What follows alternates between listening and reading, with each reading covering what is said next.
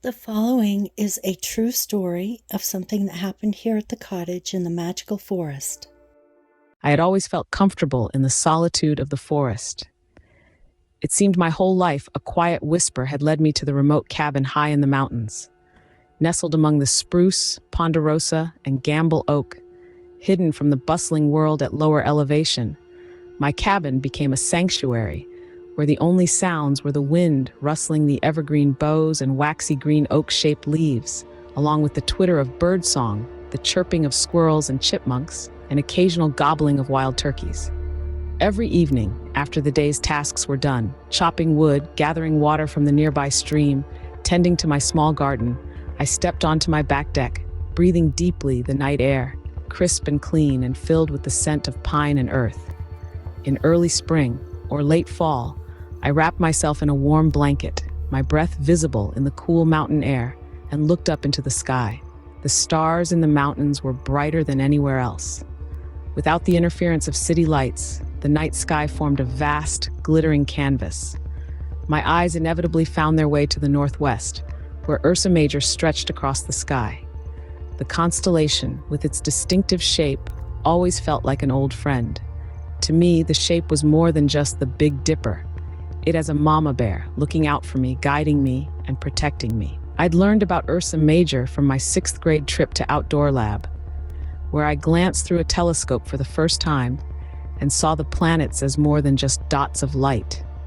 As a child, I'd sit on the porch of my grandma's stone house built into the side of a mountain, pointing out the constellations with the tip of my finger, tracing the shape, and thinking about their stories.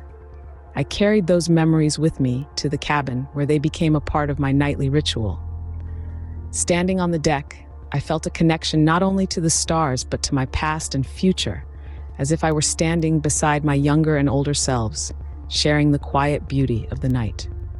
On that particularly clear evening after the rain had passed, the sky a deep velvet black studded with countless stars.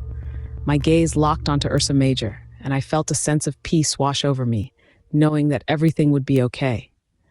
Mama Bear seemed to twinkle more brightly, as if acknowledging my presence.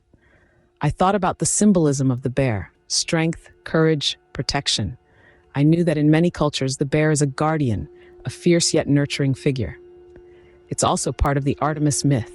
She often takes on the form of a bear. For years, I'd felt a deep connection to the archetype of the virgin hunter goddess. I took a deep breath, reveling in the forest scent so familiar to me, and I felt the weight of anxiety lift. I knew everything would work out fine. The car hadn't been damaged. I just needed a little help from my neighbor Tom and a tow chain. The stars, the mountains, and Ursa Major, my celestial guardian, were always there with me, guiding me through the darkness and reminding me of my inner strength. As I stood on the deck that night, bathed in starlight, I felt a profound connection to the universe.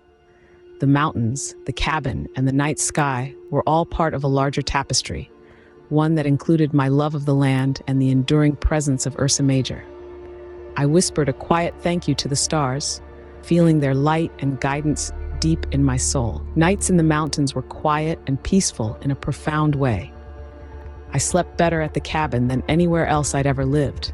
I chose the stillness, far away from the city traffic, the lights, the endless waves of wireless communication passing through my body.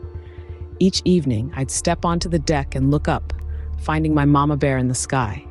And each time, I felt a little more at home, knowing I was watched over and protected by the timeless, steadfast presence of Ursa Major.